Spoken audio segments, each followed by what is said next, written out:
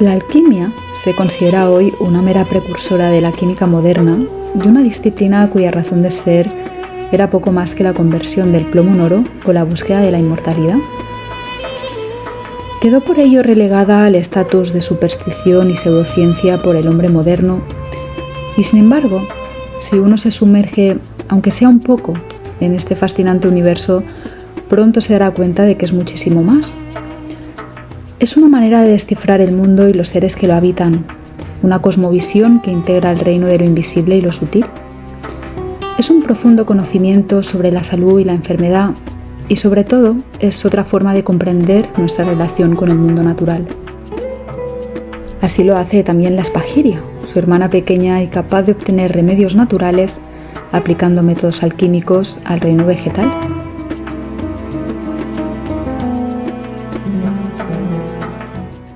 Pero, ¿qué es exactamente la espagiria?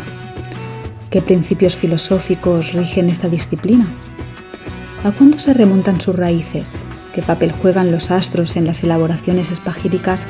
¿O qué conexiones tiene con la Ayurveda, la medicina tradicional de la India? Bien, pues para responder a estas y otras cuestiones tenemos con nosotros a Pedro Cano, espagirista y fundador de la escuela Keper Espagiria. Pedro, buenas noches, bienvenido. Encantado de estar aquí contigo y además después de esa entradilla que has hecho tan maravillosa, pues muy contento de poder hablar de todos estos temas. Bueno, y es que son fascinantes realmente. Pedro, si te parece, yo he dado una definición muy escueta de lo que es la espagiria, pero quizás estaría bien empezar definiéndola con mayor profundidad y sobre todo explicando las semejanzas y las diferencias que tiene con la alquimia. Realmente la diferencia entre alquimia y espagiria es muy escasa. La espagiria la nombra Paracelso en el siglo XV para diferenciar la alquimia como trabajo personal o trabajo espiritual o trabajo de investigación. Al fin y al cabo es un trabajo científico, pero desde otro paradigma. El único problema que tenemos con la ciencia actual es que los paradigmas son diferentes. Partimos de diferentes premisas y entendemos la naturaleza, el cosmos y el ser humano de otra manera. Cuando empieza todo el racionalismo se decide que hay determinados elementos que no se pueden comprobar bajo la luz de la razón y que hay que eliminar directamente, entre ellos la alquimia, que no se elimina, pero se transforma en química. Sin embargo, la alquimia es a la vez una ciencia espiritual, que esa es la gran diferencia que luego después algunas personas en el siglo XIX, como por ejemplo Rudolf Steiner, finales del XIX, retoman para volver al concepto de ciencia espiritual, que es realmente lo importante de esto.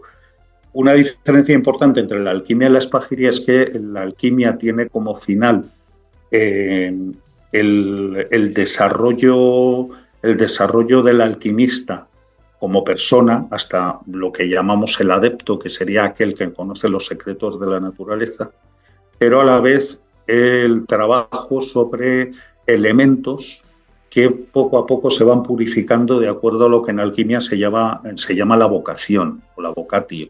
Todos los metales, todos los seres humanos, todos los seres vivos tienen tendencia a buscar su vocación, que es llegar a transformarse en el modelo de perfección de cada uno de los reinos. Por ejemplo, el reino mineral, el modelo de perfección es el oro. Entonces, dicen los alquimistas que cualquier metal, el estaño, la plata o el plomo, se ha puesto muy de moda decir, los alquimistas transforman el plomo en oro. Los alquimistas buscan la manera de eliminar lo que Paracelso llamaba superfluidades, que es aquello que no pertenece a la naturaleza esencial del metal, y según le eliminan aquello que le sobra, va liberando más su alma perfecta, que tiene como vocación el oro. Por eso se decía que los alquimistas transformaban los metales en oro. Realmente en la alquimia, transformar el metal en oro era una prueba de que aquella sustancia que tenía esta capacidad de transmutar estaba bien hecha para el fin último, que no era transmutar metales en oro, sino la propia evolución del alquimista. En lo que se llama el elixir de la larga vida, no tanto la piedra filosofal, que es lo que más se ha puesto de moda en la literatura. Realmente se hablaba mucho más del elixir de larga vida, porque lo que buscaba el alquimista era mejorar su estado de salud, eliminar aquello que le envejecía o que destruía su cuerpo y alargar su vida de forma, en principio, indefinida. Lo que pasa es que siempre decimos lo mismo, que los alquimistas al final, como eran sabios, se daban cuenta de que vivir eternamente no merecía la pena. Al final, cuando habían llegado a conocer aquello que querían conocer, se dejaban ir y ya está. Lo único que pasaba es que se morían pues de forma bastante cómoda. Se morían muy sanos. Está mal eso. No está nada mal, yo también quiero. Pero frente a eso, la espagiria utiliza los mismos sistemas que utiliza la alquimia, incluso los mismos parámetros de naturaleza filosófica, los mismos paradigmas, pero para crear remedios que sean medicamentos completos. El medicamento químico convencional trata el cuerpo. El remedio espagírico trabaja a la vez entendiendo que el ser humano es un compendio de cuerpo, alma y espíritu. ¿Qué pasa? Desde el punto de vista racionalista, el alma y el espíritu es una chorrada. Entonces, ahí empiezan los conflictos. El químico lo que busca es una sustancia que haga determinados efectos, que pueda repetir siempre de la misma manera y que sean reproducibles sintéticamente. Cuando eso se hace con una planta o con un mineral, porque la espagiria no es solo vegetal, aunque toda la gente que empieza en espagiria empieza con la espagiria vegetal porque es lo más amable. La espagiria mineral es un poco más dura de trabajar, sobre todo porque hay que trabajar con más temperaturas, otros disolventes, etcétera. Pero en espagiria vegetal se entiende que no estamos trabajando con un remedio, con un principio activo, sino con un ser, con un ser vivo que es cuerpo y alma y espíritu. El espíritu de la planta o el alma de la planta cura cosas o armoniza cosas del ser humano que corresponden a la naturaleza vibratoria de ese alma de la planta con la que estamos trabajando. Ajá, entonces entiendo que la espagiria de algún modo contempla realidades o estratos de la realidad que no contempla la ciencia moderna de alguna manera, ¿no? Claro, es que además cuando nosotros hablamos de un principio activo de una planta, estamos hablando de una fracción de la planta que es realmente muy pequeña, cuando realmente lo que trabaja en la planta es el totus de la planta. No solo ese principio activo que buscas, sino además el resto de cosas que están rodeando o que están relacionadas con ese principio activo. Desde lo que es la esencia energética de la planta, que en espagiria se relaciona con las signaturas y que se trabaja desde lo sutil, hasta principios activos que son lo que en fitoterapia se llaman metabolitos secundarios, que son sustancias que la planta genera para protegerse el entorno, para lo que sea, que es lo que los químicos llaman principios activos. Pero no hay un solo principio activo, lo mismo que no hay un solo metal o un solo mineral en una planta, hay muchos. Lo que trabaja de la planta es todo el conjunto. Cuando tú haces un remedio espagírico estás trabajando o con todo el conjunto de la planta o con los elementos más sutiles en función de lo que quieres conseguir de la planta. Hay diferentes procedimientos de extracción que también se adaptan muchas veces a las posibilidades del espagirista. Hay veces que puedes hacer destilaciones en gran cantidad de aceites esenciales y otras veces pues no te queda otro remedio que buscarte la vida para hacer un remedio lo más armónico posible a lo que tú necesitas, pero lo mismo tienes que comprar un aceite esencial que luego te lleves a tu terreno. Claro. A lo largo del tiempo se han ido buscando maneras en las que no se pierda lo importante que es la información o la esencia energética de la planta con la que estás trabajando, que es lo que en espagiria se llama quinta esencia. el quinto elemento, ese de las narices, ¿no? Que es la unión, que no es ni siquiera la unión de los 4 elementos, es el campo de acción donde participan los 4 elementos, es el éter. Pero es el éter de donde nace la onda de forma. Es muy parecido a lo que los egipcios llamaban el mar de Nun, que era como un mar cuántico de posibilidades en el que todos los seres existían en potencia y que eran sacados del mar de Nun para materializarlos. Claro, claro, es que tiene muchos componentes metafísicos, que es lo que veníamos hablando Claro. en términos de paradigmas, ¿no? Y de la ciencia moderna. Pedro, decías que el oro es el ideal, de alguna manera, el modelo ideal de todos los metales. ¿Qué pasa con el ser humano? ¿Qué sería el ideal del ser humano? Para el ser humano, el ideal desde los cabalistas es el Adán Kadmon, que sería el hombre simétrico. Por ejemplo, nosotros no, tenemos 2 pulmones, pero no tenemos 2 hígados. Tenemos un hígado y un hígado tuneado, que es un páncreas. El Adán Kadmon tendría 2 hígados. ¡Wow! Sería como un ser humano simétrico. Nosotros tenemos cierta imperfección simplemente porque en el mundo sublunar, que es como los alquimistas llamamos a todo esto que nos rodea, el mundo de la creación, es decir, lo que está debajo de la luna, en el mundo para manejarnos en el mundo sublunar tenemos que nacer imperfectos, porque si naciésemos perfectos no podríamos jugar de este juego. Porque este juego se basa sobre todo, una de las reglas principales, la búsqueda de la perfección. Claro, ¿Qué pasa? Que cuando te haces perfecto, si te haces perfecto ya no puedes estar en este plan. Ya. Entonces desapareces, ya está, te vas a otro lado. Eso tiene hay gente que le encanta el rollo de irse a la 5ª dimensión. Yo no le veo la gracia, porque esta dimensión es mucho más divertida. Vaya, si es divertido. En la 5ª dimensión no te puedes tocar, porque los niveles de materia son otros. Los que somos más venusinos, pues nos apetece eso de poder tocar a la gente y abrazarles. Claro, claro. Eso ya depende de cada uno.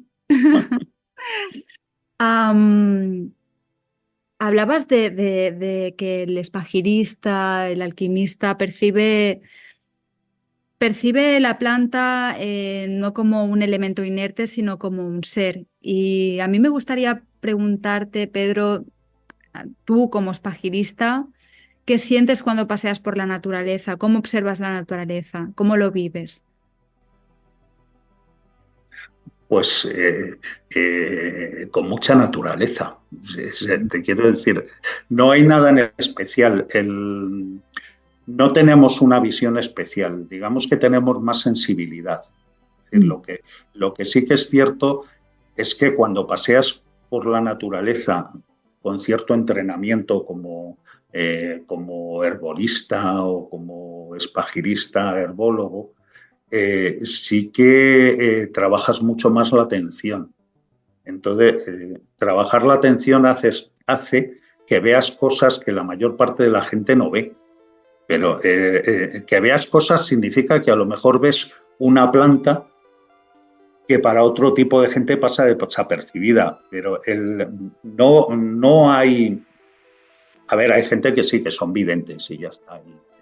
El aura de la planta y campos energéticos y toda la leche, pero la mayor parte de las veces es más la sensación de comunión con el entorno que hace que las plantas se te ofrezcan. Es el hecho de salir al campo, como me ha pasado a mí hoy por Cercedilla, encontrarme una lunaria que además era necesaria. Yo necesitaba... No me venía mal que apareciese una lunaria para hacer determinadas cosas o determinadas tinturas, pues ahí estaba la tía. Ese tipo de cosas pasan cuando estás atento. La mayor parte de las veces que la gente pasea por la naturaleza, lo único que ve son árboles y hierbajos, pero no se fija. ¿Por qué? Porque no hay una conexión. La naturaleza se abre si tú estás dispuesto a recibirla y a ser recibido. A veces incluso hay gente más ritualista que necesita llegar a un bosque y pedir permiso a las almas o a los espíritus del bosque, o pedir permiso a la planta que vas a cortar. La planta que vas a cortar hace rato que sabe que la vas a cortar. Está preparada para entregar eso si es que tú estás en disposición del respeto necesario. La gente que necesita más rituales es porque igual necesita la seguridad de que está teniendo el respeto necesario. Pero si tú estás, si tú dejas que salga tu animal, en el sentido de animus, en el sentido de aquella parte de ti como ser vivo que no es un ser racional, desde tu no racional es como la naturaleza se hable y te recibe, ¿no? Y a partir de ahí te empieza a regalar cosas. Hay gente que le hablan las plantas, también. Hay gente que le habla a las plantas, yo le hablo a mi perra también, y también a las plantas, pero sobre todo a las de mi huerto, que tenemos más relación. Pero en el mundo de lo natural, el bosque sabe perfectamente cómo estás tú. Y como estés tú, te va a dar o no. Y yo me he tirado en montones. Este año a mí me ha pasado por las zonas que paseo alrededor de mi casa en el sur, por Sevilla. Este año de pronto me he encontrado meliloto. Llevaba 10 años sin ver meliloto en las zonas que yo paseo. Y este año la naturaleza me ha regalado meliloto. Pues muy bien. ¿Cómo lo recibes? Pues con alegría, pero sin plantearte nada más extraordinario, porque lo más espiritual es lo más sencillo. No es la parafernalia, ni de pronto tener visiones angelicales o de pronto ver cómo se posa la Virgen María sobre una planta y te dice que con esa planta vas a curar no sé qué. Eso está muy bien para las leyendas, pero en la realidad del mundo de lo espiritual es todo como mucho más animal, en ese sentido de primitivo, Sí, entiendo. de conexión. Sí, sí, más sencillo al fin y al cabo también, ¿no? Es todo mucho más simple. Lo que pasa es que tenemos mucha tendencia a intelectualizarlo todo. Sí, eso es cierto. O a crear cierta parafernalia que al final es más un rollo de egos. Sí, sí, sí. No, tú recogerás plantas, pero es que yo veo los duendes que están en torno a las plantas. ¿Vale? Perfecto, pues dale recuerdos. Yo no los veo, pero sin embargo mi relación con las plantas es muy sencilla. Si las plantas quisiesen hablar, le hablarían a todo el mundo. Ya. Pero es que ellas no necesitan hablar. Bueno, es alucinante en este sentido todos los desarrollos en neurobotánica, ¿no? Que desde un tiempo a esta parte nos están demostrando que las plantas son mucho más inteligentes, entre comillas, ¿no? que lo que pensábamos, vaya, y es un tema fascinante.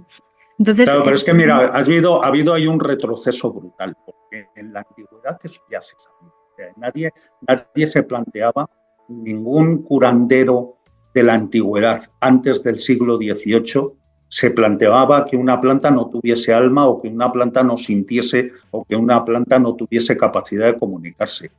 Llegamos los listos, nos hacemos racionalistas después del Renacimiento y decidimos que todo hay que pasarlo por el filtro de la razón, con lo cual gastamos un montón de energía en demostrar todo aquello que durante miles de años se ha sabido. Es como que necesitas ponerle nombre a cosas que para otras culturas era de lo más común. Vete a un indio americano y cuéntale que las plantas sienten. Y te va a mirar como si fuese una vaca pasando un tren. Este imbécil acaba de descubrir eso ahora, que las plantas sienten. ¿De dónde ha salido este chico? Sí, tienes razón. Al final, claro, nosotros tenemos muy metido, ¿no? Esta visión materialista de tantos, ya son siglos, ¿no? que llevamos con esto y bueno, nos sorprendemos por cosas que quizá no son tan sorprendentes. Pero bueno, en todo caso, Pedro, entiendo entonces que obviamente los conocimientos de botánica son uno de los pilares de la Spagyria. Antes mencionaste un término que es el término de las asignaturas. ¿Qué significa? Sí. ¿Qué es una asignatura, Pedro? Eso es lo que diferencia un poco la Spagyria de la botánica convencional. Ajá. La asignatura signatura viene de sello, de marca. El sistema de signaturas dice que todas las plantas nos muestran en su sello, en su forma o en cómo son, aquello para lo que han sido creadas. O sea, es como que en el sistema de signaturas, el más burdo, o los sistemas de signaturas más burdos o más primitivos, decían que aquella planta que tenía forma de algo que se pareciese a un órgano humano servía para tratar ese órgano humano. Por ejemplo, es muy común, se decía que la rosa canina servía para las mordeduras de los perros porque las púas tienen forma de uña, tienen forma de colmillo, ¿vale? Sí. Otras tienen forma de corazón. Crolius te habla de que la nuez está muy bien para el cerebro porque cuando la abres parece un cerebro. Pero luego se establece otro sistema de signaturas supuestamente desde los árabes, en los que se empieza a integrar otro elemento que forma parte íntima de la espagiria, que es la astrología. Eso es otro animal. Pero al final no se entiende la astrología sin la astrología, o sea, no se entiende la alquimia de la espagiria sin astrología porque son ciencias hermanas. Forman parte de todo lo que se viene a llamar corpus hermeticum o tradición hermética de Hermes. La tradición hermética se dice que tiene 3 pilares, que son la alquimia, la astrología y la magia. Magia, cábala, teurgia, llámalo como te dé la gana, pero esos 3 elementos iban siempre juntos. O sea, siempre hay un contexto más o menos mágico o un conocimiento mágico o cabalístico, depende de la cultura. Siempre está la astrología presente, porque la astrología es la que rige el mundo sublunar. Los astros rigen el mundo sublunar y además somos mucho más deterministas de lo que los modernos piensan. Es decir, la astrología tradicionalmente era determinista, es decir, si tal planeta va a pasar por tal sitio en tal momento, te va a pasar tal cosa, y pasaba. Eso, claro, a las mentes más New Age, que piensan que todo depende de cómo enfocas tu pensamiento y cómo decides hacer cambios en tu vida, pues les rechina bastante. Pero durante 5.000 años ha funcionado algo que te aseguro en la antigüedad, si algo no funciona, no dura 5.000 años. Se lo hubiesen cepillado muchísimo antes. Pues han desaparecido filosofías, religiones, un montón de cosas. La astrología se ha mantenido. En China 5.000 años, en India más o menos, aquí en el Mediterráneo pues también más o menos desde la época de los caldeos. Y es una ciencia que se ha mantenido siempre. ¿Qué pasa? Que la asignatura de los árabes, y retomo con lo que me preguntabas, sí, lo que hacen es identificar a través de la forma de la planta, el comportamiento, el color, etcétera, cuál es el planeta que tiene una mayor dominancia o una relación planetaria más potente. Por ejemplo, se dice que hay plantas de Júpiter, plantas de Marte, plantas de Venus, y eso en astrología médica y en espagiria significa que va a trabajar sobre determinadas funciones. Es decir, es como que nosotros entendemos desde la astrología médica y la espagiria que cada planeta está relacionado con una función corporal y con una parte de nuestra personalidad. Ajá. Entonces, decimos, hay plantas que, como actúan sobre Marte o tienen una mayor influencia sobre Marte, las plantas de Marte pues van a actuar sobre todo lo que mi Marte hace en mi cuerpo, que es el rollo que decimos siempre de macrocosmos y microcosmos. Es decir, lo que es el sistema solar dentro de nuestro cuerpo es nuestro sistema solar. Es decir, mi Sol, mi Marte, mi Júpiter, mi Mercurio, mi Saturno. Y todo eso está relacionado con el sistema óseo, está relacionado con la bilis y la sangre, está relacionado con el hígado, está relacionado con cómo pensamos, etcétera. Sistema nervioso, todo ese tipo de cosas da lugar a un sistema de asignaturas astrológico. Es el que nos permite trabajar con niveles más sutiles de trabajo fitoterapéutico que va más allá de la botánica. Claro, hay un nivel en Espagiria que es el nivel tinturas, que es donde están todos mis alumnos de primero ahora desesperados. En el nivel tinturas trabajamos en fitoterapia. ¿Qué Ajá, pasa? Que con métodos que hacen que el remedio sea mucho más potente porque integramos elementos de la alquimia. claro, claro. Y esa es la diferencia. Pero a efectos curativos, una tintura de cola de caballo va a hacer lo mismo si es espagírica o si no es espagírica. Lo que pasa es que si es espagírica va a hacer más cosas que la tintura no espagírica. Esa El es un poco la acción es diferencia. más amplio, de alguna manera.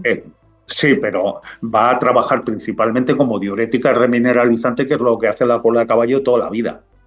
Lo Ya, que pasa es que además va a trabajar sobre el arquetipo de Saturno, que es la estructura. vale. Entonces, pues a lo mejor resulta que tomas como la de caballo, te hace orinar más, pero además te hace ordenar más tu vida, por ejemplo. Ah, claro, tiene este componente, ¿no? Que, claro, si estamos diciendo que Es afecta, metalenguaje, estamos hablando de claro, metalenguaje, de elementos simbólicos, es decir, no solo lo que hace Saturno a nivel funcional, sino hace lo que hace Saturno a nivel arquetipo. claro. Saturno a nivel arquetipo es el orden, la estructura y la justicia. Entonces, de pronto, pues estás meando más y además te vuelve más ordenado. Pues Qué tampoco fuerte, está qué mal. interesante, Pedro. Qué interesante porque además esto también conecta con la idea de que podemos enfermar o yo entiendo, vaya, mi manera de entender las cosas es que no un mismo fenómeno es causa de varios factores, ¿no? Pero cuando Siempre, hablamos de salud y enfermedad, pues puede ser que las enfermedades evidentemente tengan un componente emocional, un componente mental y entiendo que ahí hay ese vínculo, ¿no? Que quizá hay una cosa en nuestra vida que no estamos haciendo bien y se manifiesta en un órgano determinado o con una dolencia claro. determinada. A Entiendo. ver, se va a manifestar en todo aquello donde tú denotas debilidad. Eso, que para eso en Espaciria utilizamos la astrología médica, porque la astrología nos permite saber con qué valores cuentas en tu carta, cuáles son tus cualidades y tus debilidades. Entonces, si tú actúas mal, ese es un concepto moral que ahora está muy mal visto, lo del rollo de los conceptos morales. Ahora se prefiere hablar de emociones o de lo psicosomático. Pero Ya, el esquema de creencias es tan potente como el subconsciente. Es decir, hay un concepto en Ayurveda que a mí me encanta, que es el concepto de Pratyaparada, que es las enfermedades. Ellos hablan de un dosa o de un desequilibrio metabólico. ujú, Es un dosa provocado por la acción inadecuada, vale, por aquello que haces que va en contra de tu esquema de creencia o de tus códigos éticos. Te claro, pongo un ejemplo. La gente dice, joder, es que voy a trabajar y es que estoy muy estresado. A ver, ¿en qué estás trabajando? ¿Cuánto te llena? Aparte del bolsillo, ¿te llena algo más el trabajo que estás haciendo? claro, ¿O lo que estás haciendo, el trabajo que estás haciendo, actúa en contra de tus códigos morales? Por ejemplo, estás trabajando en un banco y tú eres muy católico y tienes integrado en tu sistema no robarás y estás trabajando en un banco en el que estás utilizando la usura para trabajar con tus clientes. Al ujú. final dices, no, es que estoy hecho mierda porque estoy con estrés. No, perdona, estás transgrediendo tus códigos morales. Qué bueno. O sea, al final Y eso te hace enfermar. claro, el ser coherentes con nuestros principios, Claro. en eso nos jugamos nuestra salud también, ¿no? De alguna manera. En eso nos jugamos muchas veces hasta la vida. Es decir, de pronto, joder, fulanito con lo sano que estaba le ha pegado un infarto. Dices, vale, ¿cómo estaba viviendo? O Ya, ya, sea, ¿qué es lo que estaba haciendo para que al final su sistema, además el centro de su sistema solar, su sol, su corazón, de pronto colapse y se haga una supernova y se vaya al otro barrio? ya, ya, Simplemente porque probablemente estaba actuando en contra de lo que él moralmente consideraría que tenía que haber estado haciendo. Y ya. esta sociedad es una sociedad de enfermos porque todo el mundo está haciendo aquello que no le gustaría hacer, simplemente por el hecho de que tiene que pagar facturas. Ya, claro. Porque está montada así, al Sí, final. Es decir, no es el rollo de que yo trabaje para ganarme la vida, es el rollo para que yo trabajo para pagar todas las deudas que me han ido endosando desde el momento en el que nazco. ya. Y además encima me dicen, y además es que tienes que trabajar en algo que no te gusta, que te jode la vida, que vas a tener que estar un montón de horas, más las horas que voy a estar viajando hasta el sitio donde trabajo. Una ciudad es un nido de enfermos. Ya. La Sí, sí. gente no se da cuenta porque al final se anestesia con ibuprofeno o con paracetamol o con cocaína. Sí. Sí, O con no. estimulantes, o de pronto la gente te dice, yo es que si no me tomo un café por la mañana no soy persona. Digo, no, tú no eres persona, si tomas café por las mañanas. Uno No es sin lo café, mismo. ¿no? Uno sin Ya. café.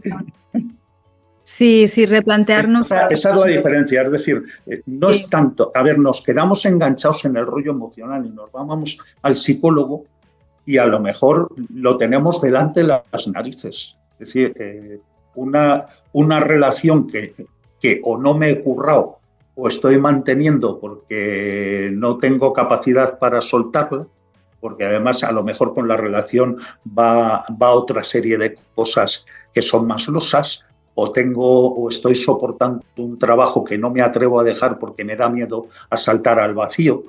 Todo ese tipo de cosas al final, eso en astrología es casa 6. así, ¿eh? Eso se ve en nuestra relación con la casa 6 de nuestra carta natal. Qué bueno. Además, decía un autor que estoy leyendo ahora, que es muy gracioso, decía que a la casa 6 los astrólogos le llaman la casa de la salud, realmente es la casa de la enfermedad. Vaya. Es donde vemos cómo enfermamos por idiotas. Ya.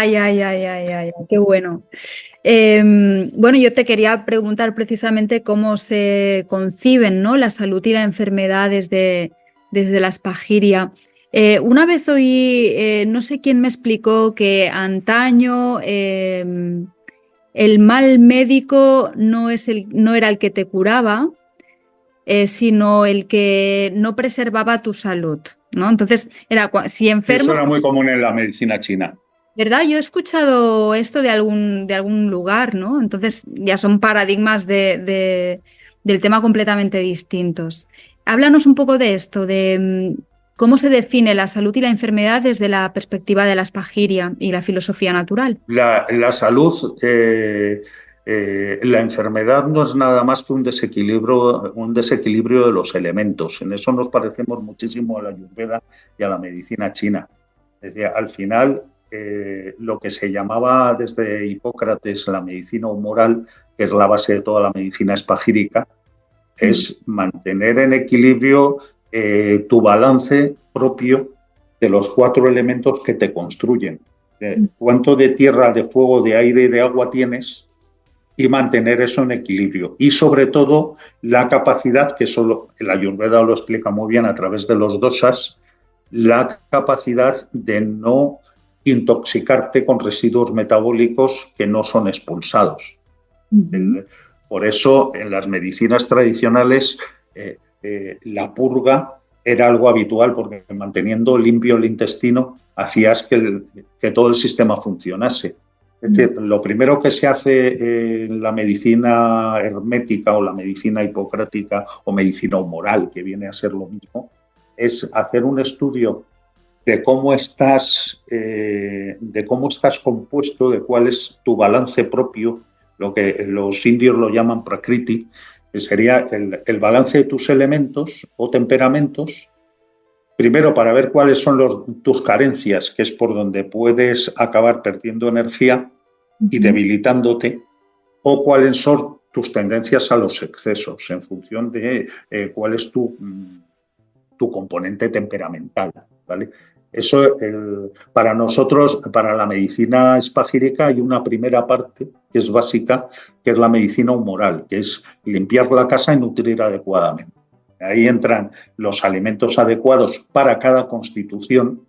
O sea, no entramos en el rollo, y además es que somos los únicos, la medicina moderna es la única, o la dietética moderna, la única dietética que decide que las proteínas son buenísimas para todo el mundo. o que decide que todo el mundo tiene que desayunar Lo mismo. un mogollón, cuando constitucionalmente hay gente que por debilidad metabólica, etcétera, lo que tiene que hacer es no desayunar y esperar un poco. Claro, Eso, claro. todas las culturas médicas han entendido eso, menos la moderna. Sí, sí, sí, yo tengo entendido que, claro, que la medicina moderna es una medicina de guerra, una medicina que es Es una muy... medicina de crisis, sí. Sí, de crisis, entonces es muy eficaz a la hora de aplicar un protocolo, porque cuando te da un infarto, pues no quieres que te estén preguntando Claro. cuál puede ser la causa de tu O cuando has infarto. tenido un accidente y te tienen que remendar. Claro, no, ahí hay que actuar rápido y en ese sentido es muy eficiente, pero ya si nos vamos a enfermedades cronificadas, por ejemplo, pues ahí sí que es necesario, obviamente, Claro, pues indicar un poco para más. nosotros la auténtica medicina preventiva no es vacunar a la gente, sino entender cómo funciona tu sistema de 4 elementos, cómo estás eliminando residuos tóxicos y cómo funciona tu digestión. Y a partir de ahí, el resto son síntomas colaterales que se tratan con hierbas. Ya está. Pero la medicina real debería de ser la que prime. Por ejemplo, si aquí en Occidente, en la medicina moderna, se quisiese pegar un salto hacia la tradicional, el médico más importante tendría que ser el médico de familia. Ya, porque tiene una visión Y más... no, claro, pero no el médico de familia que ve 60 pacientes diarios. No, Sino claro, el claro. médico de familia, es decir, aquel que conoce a tu familia. Claro. Ah, ya, Y bueno, que sabe que si le llevas al niño, dices, vale, este niño es de fulanita y va a tener amigdalitis. ya, ya, Porque tiene una tendencia a bloquear esa zona. Claro, ahí entra otro componente, que es el componente que sí sé que se tiene en cuenta en las medicinas tradicionales, porque ahí no solo es la espagiria. Nosotros somos primos de la Ayurveda, y más de la Ayurveda, pero a la vez de la medicina china, porque son ciencias comunes, cada una desde su cultura. Pero lo primero, aparte de limpiar la casa, luego lo primero que haces es preocuparte por ver cómo está armonizando sus códigos morales ese paciente, cómo es su esquema de creencias, incluso preocuparse de decir, a ver, si mi paciente es judío o es católico o es budista, sus códigos de creencias van a ser diferentes, luego va a enfermar de diferente manera. ya. Claro. Fíjate tú, Y claro. todo eso, a ver, ¿qué médico le pregunta, oye, ¿tú en qué crees? Sí, no, claro, es que ¿Tú en qué esto, crees o cómo te relacionas con tu pareja? ¿O claro. cómo te relacionas con tu jefe? ¿Cómo No te se relacionas concibe, con el mundo? no se Todo ese concibe, tipo de suena cosas. surrealista, claro, claro. Pero claro, eso dice, no, eso es cosa del psicólogo, perdona. Eso es cosa del médico. Porque Ya, en función de cómo te relaciones, así va a ser así vas a tener como consecuencia un desequilibrio o no. claro. De todas maneras, Pedro, ahora hay como un resurgir, no un resurgir, hay este modelo que es la medicina integrativa, que al final lo que viene es a coger lo mejor y lo bueno que lo tiene la medicina moderna. Y lo mejor de la medicina alternativa o tradicional, ¿no? Este modelo integrativo a mí me parece bastante Sí. coherente, ¿no? A mí me rechina un poco. ¿Por qué? Porque siguen manteniendo los protocolos clínicos médicos modernos. O sea, Ujú. por ejemplo, un médico integrativo te coge y te pide una analítica muy completa, Sí, pero es que la analítica no está diciendo lo que tú eres. La ya, analítica te va a decir que tienes el colesterol alto. Entonces, ¿qué va a decir? Pues mira, en lugar de mandarte estatinas, te mando arroz rojo o te mando dieta y que hagas más ejercicio. Pero se siguen, excepto algunos médicos, y yo conozco a muchos, sí, que sí que mantienen ese componente de globalidad. Es que si tú mantienes una medicina integrativa, que yo también he conocido a muchos, que de pronto dicen, vale, pues en lugar de mandarte metformina para bajar el azúcar, te voy a dar guinema, que es una planta ayurvédica que baja el azúcar. Dice, sí, vale, pega el salto para atrás y vamos a estudiar por qué ese individuo está teniendo exceso de glucosa en sangre. Ya, claro, ¿Es claro. solo porque le falla el páncreas o hay alguna otra cosa por ahí? Claro, claro. Al final es también. Entonces, mira, en la tradición griega, un médico solo podía ser médico si además había sido iniciado en los misterios de Eleusis. Es decir, un médico tenía que ser un iniciado, que había conocido los secretos de la muerte y resurrección. Nada Y menos, si ¿eh? no, no era médico.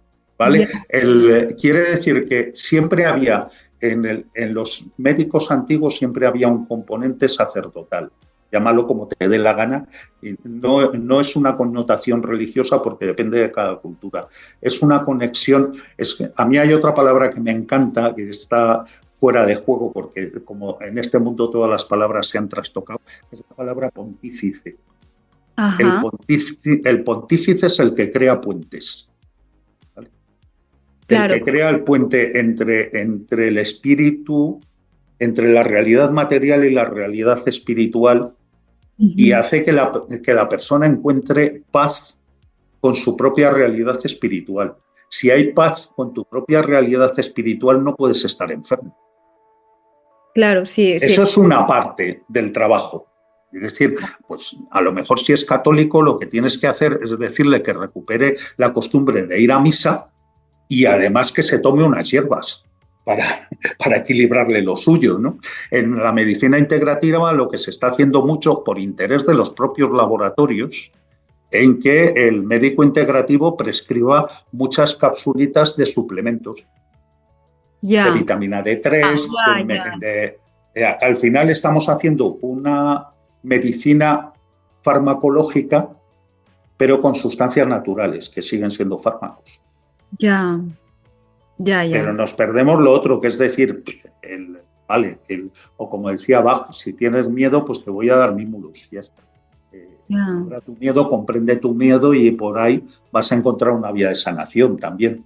Al final, sobre todo lo que importa es cuál es la naturaleza moral del médico en cuanto a su conexión con lo espiritual. Un médico, si no tiene conexión con lo espiritual, no puede ser un buen médico. Ya, ya, ya, ya, ya. Entonces, a mí me da igual, yo prefiero que me llamen yerbero curandero. Total, me empeño en decir que soy naturópata y me da igual porque me dicen, es un tío que ejerce la medicina pero no tiene un título legal. Que no soy médico, soy yerbero o espagirista o curandero o lo que te dé la gana, pero mi medicina o lo que yo entiendo como medicina no tiene que ver con la medicina. Y Ujú. por supuesto, si un tipo me viene con síntomas de angina de pecho, lo mando a urgencias.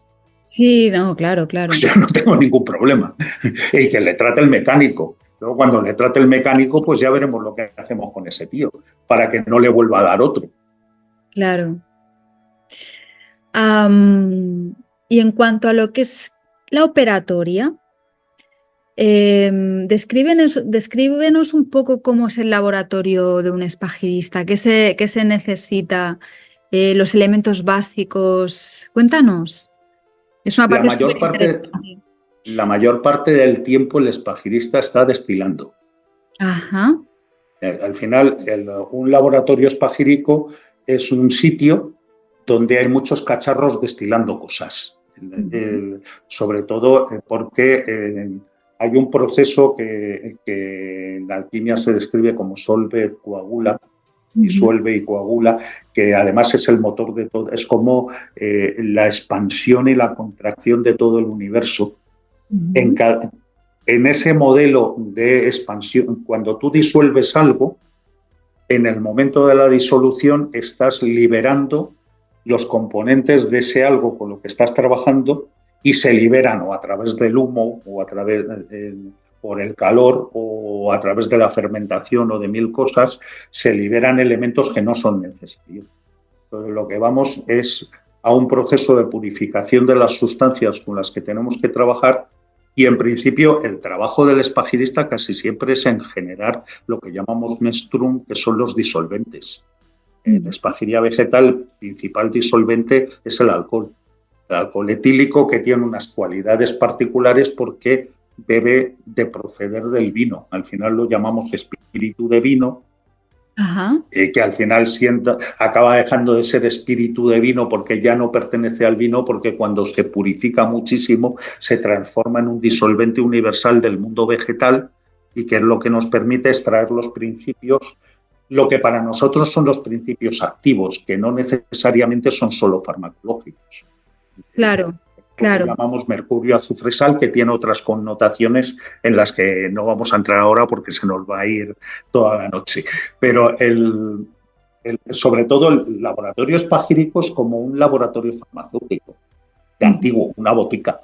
Tenemos alambiques, y los alambiques de vidrio o de cobre están prácticamente todo el tiempo trabajando. Antes pues teníamos ayudantes que se ocupaban de mantener el fuego, y ahora pues tenemos termostatos y mantas eléctricas que nos mantienen funcionando eso continuamente para destilar agua, destilar alcohol, cacharros para que las plantas maceren en el alcohol en un proceso que denominamos digestión, porque mantenemos temperaturas controladas. Pero en esencia, un laboratorio espagírico no es nada esotérico ni extraño. Tenemos salamandras colgadas de la pared ni cosas de esas. Hay gente que es muy friki y sí tiene cosas raras. Algunos hasta se ponen túnicas. Yo suelo estar con la misma ropa que estoy en casa. Pero en esencia sí que es cierto que luego hay elementos de naturaleza más mágica, que son sobre todo pues dibujos geométricos, ondas de forma, etcétera, que se colocan estratégicamente para generar una armonía, que eso sí que lo diferencia del laboratorio químico. En mi laboratorio pues hay una serie de mandalas que actúan como armonizadores, hay alguna figura, alguna estatuilla por ahí que me mantiene con la conciencia conectada con las tradiciones con las que yo me siento a gusto. Si hay algún altarcito, porque a alguien le hace sentir bien tener un altarcito, pues está muy bien tener un altarcito. Es decir, luego cada uno lo tunea, pero en esencia son equipos de destilación casi todo el rato. Lo que pasa es que cuando empiezas a purificar las materias y a separarlas y luego ponerlas a trabajar juntas, es cuando empieza el rock and roll, cuando eso empieza ya a ser alquimia y deja de ser química. Pero en las primeras fases el trabajo espagírico se diferencia muy poco del trabajo químico, del trabajo farmacológico. Qué interesante. Pedro, tú tienes una escuela, fundaste una escuela que se llama Keper Spagiria, ¿verdad? Se llama Keper Spagiria. Keper, que es realmente es Heper, si lo pronunciase un egipcio antiguo, Heper, Hepri o Heperu. Pero lo llamamos Keper porque la mayoría de la gente lo va a pronunciar así mejor. Claro. Keper con KH es el famoso escarabajo que se ve en muchos dibujos egipcios. Es el escarabajo muchas veces con cuerpo de lapislázuli, porque para los egipcios el lapislázuli era como la piedra de los dioses, ¿no? Además es muy curioso porque conecta con el color azul índigo, que es el color que se acerca más a los niveles, a los chakras más sutiles. El escarabajo sagrado realmente no es un escarabajo pelotero. La imagen que tenían los egipcios era que era un bicho un poco inmundo que empujaba bolas de estiércol por la primera alegoría que hacen de Keper es la del escarabajo celeste que empuja al sol para que salga por el horizonte todas las mañanas, por la imagen del escarabajo que empuja la bola de estiércol, siempre por esa imagen de que como es arriba es abajo. Es decir, si abajo hay un bicho, hay un bicho que empuja una bola, pues la bola que sale, el disco solar que sale todas las mañanas, tiene que haber un bicho que la empuje. Claro. Pero luego eso se transformó en la imagen del Ka, que es el alma humana. ¿Por qué? Porque el escarabajo a veces de pronto abre sus eritros, sus alas, que son como una coraza negra, y de pronto pues aparece con irisaciones y vuela hacia el sol y se vuelve resplandeciente. Esa era la imagen del alma inmortal cuando se eleva al cielo, cuando se ha liberado de su cascarón, que es la envoltura humana. Qué bonito. También tiene otra visión, que es la cantidad de capas de personalidad que nos ponemos encima para no mostrar el auténtico ser que somos. Ya. Al final somos como dioses con un montón de capas encima, como el escarabajo. Entonces, por eso nosotros en el logotipo tenemos al escarabajo cerrado. Y luego hay otro escarabajo que es el de las alas abiertas, el resplandeciente, que es el alma purificada y liberada de su terrestreidad. Eso es Keper.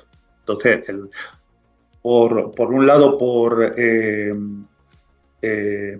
tributo a la tradición egipcia, que es de donde la tradición hermética toma toda la parte mágica, simbólica, y sobre todo por la propia fuerza del propio símbolo de Keper, del propio escarabajo. Entonces, Keper Spagyria. A mí la palabra Spagyria cada vez me está gustando menos porque ya la utiliza mucha gente, me gusta más medicina hermética, pero bueno, Spagyria sigue sonando bien y ahí lo mantenemos. Entonces, la escuela hasta la pandemia era una escuela que hacía cursos presenciales, luego después nos adaptamos al online y ahora tenemos una formación online de 2 años, que bueno, hay gente que está pidiendo más, entonces luego se harán monográficos y de vez en cuando hacemos algún presencial. Pues ahora se están haciendo presenciales, se van a hacer presenciales en Tarragona, se están haciendo presenciales en otros lugares de España, se han hecho en el sur. Se hará el año que viene quizás en Galicia, pero el más cercano es el que se va a hacer en el norte de Tarragona, muy cercano a la provincia de Barcelona. ¿Y para cuándo son las fechas? Mira, las fechas son... la fecha es el 8 de mayo, es el fin de semana del 8 de mayo. Exactamente creo que es 8 y 9. Perdón, de mayo, no de junio. Sería 8 y 9 de junio, y va a ser en Masarbonés, que está en el norte de Tarragona, muy cerca. No, era Barcelona. Es que es el sur de Barcelona, cerca de Tarragona, cerca de la provincia de Tarragona.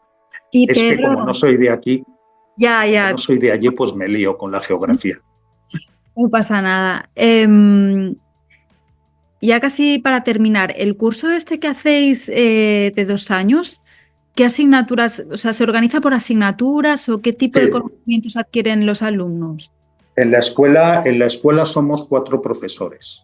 Tenemos, por mantener el espíritu alejandrino, que era un espíritu de unión de conocimientos, tenemos una asignatura de astrología.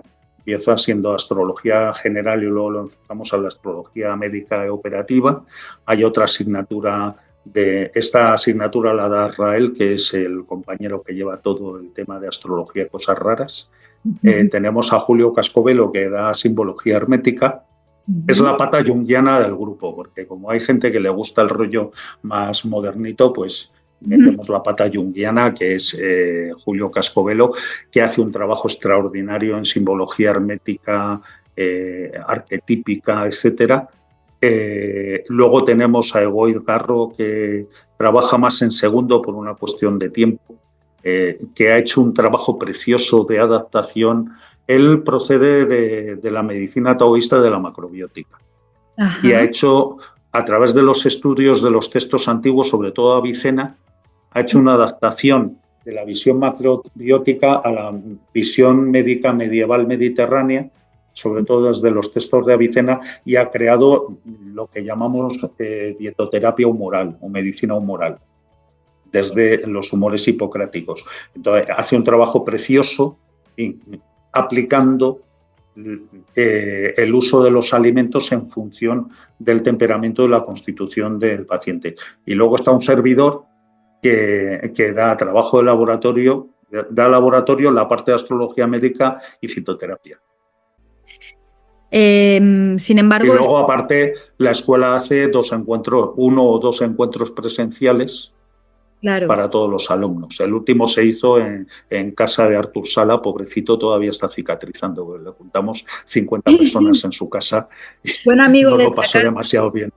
Sí, buen amigo sí, de esta casa, Artur Sala. sí, sí. Am, Forma de contacto, ¿cómo os pueden encontrar los oyentes que Sí. estén interesados en Nos adentrar? pueden encontrar por la red, en Ajá, las redes, en Facebook, en Instagram. Estamos como Keper Espagiria, Keper con KH, ajá, Keper Espagiria, o si no, os voy a dar un número de teléfono que es el contacto de secretaría ajá. para si alguien necesita más información, que sería el 625-812-993. Muy ¿Vale? bien, Pedro. Pues Entonces, ahí ya sí. cualquier cosa, pues estamos a vuestra disposición. Os contestará la otra pata de la escuela, que es Palmira, que es la que nos aguanta a todos, es la que lleva la coordinación y todo el tema de secretaría de la escuela. Al final, es una sabia, todavía no lo sabe, no se atreve a pegar el salto, pero es la pata mesoamericana. Un complemento. Claro. Pedro, muchísimas gracias por tu tiempo y por compartir con nosotros estos conocimientos. Muchísimas gracias a ti, porque ha sido un verdadero placer hablar contigo. Igualmente, un abrazo muy fuerte.